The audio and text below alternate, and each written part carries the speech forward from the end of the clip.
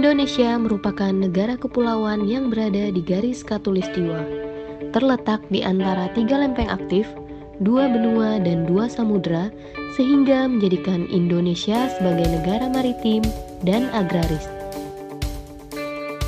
Tidak hanya memberi keindahan, Indonesia kaya akan sumber daya alam yang memberikan kesejahteraan pada masyarakat luas. Namun, di balik keindahan itu tersimpan potensi bencana.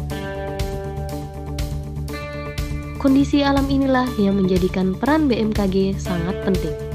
BMKG, khususnya Pusat Meteorologi Maritim, salah satunya melayani perakiraan tinggi gelombang, serta memberikan informasi peringatan dini tinggi gelombang.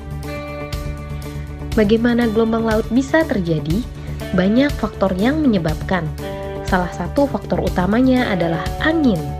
Tinggi rendahnya gelombang yang diakibatkan oleh angin tergantung pada kecepatan serta kekuatan angin yang mengenai permukaan laut tersebut. Berikut penjelasan terbentuknya gelombang laut yang disebabkan oleh angin dalam skala Beaufort.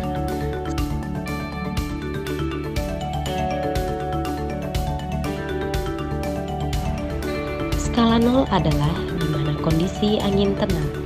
Skala 1 sampai 5, angin dengan kecepatan 1 sampai 21 knot. Skala 6 sampai 9, angin dengan kecepatan 22 sampai 47 knot.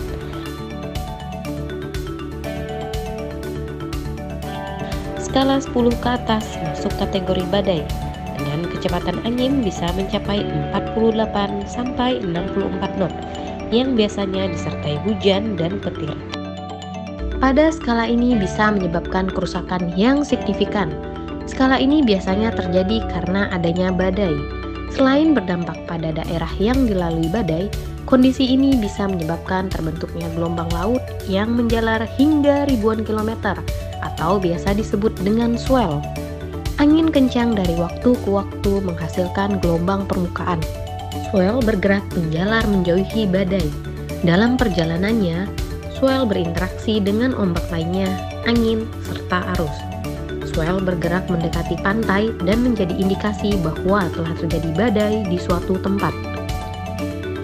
Lalu, bagaimana caranya kita mendapatkan informasi maritim terkait cuaca dan gelombang tinggi? Yang pertama, melalui smartphone. Pastikan kita sudah mendownload aplikasi info BMKG yang tersedia di App Store maupun Play Store. Kemudian pilih menu lainnya yang ada di pojok kanan bawah. Pilih cuaca maritim yang ada di urutan atas. Lalu akan terlihat peta Indonesia yang telah terbagi sesuai wilayah pelayanan. Klik lihat detail. Pada bagian bawah, terdapat menu peringatan dini yang menyarankan kita agar waspada dengan tinggi gelombang lebih dari 2,5 meter. Selain itu, kita juga dapat melihat informasi perakiraan cuaca perairan lain. Ketik area perairan yang ingin kita lihat informasi perakiraan cuacanya. Yang kedua, melalui internet di laptop atau komputer kalian. Buka website peta-maritim.bmkg.go.id. Pada halaman awal akan ada peta kondisi wilayah perairan Indonesia dan produk informasi yang dirilis Pusat Meteorologi Maritim. Untuk mengetahui peringatan dini, klik kotak gelombang tinggi di kanan bawah. Terlihat kondisi perairan dengan gelombang tinggi berbagai kriteria serta saran keselamatan.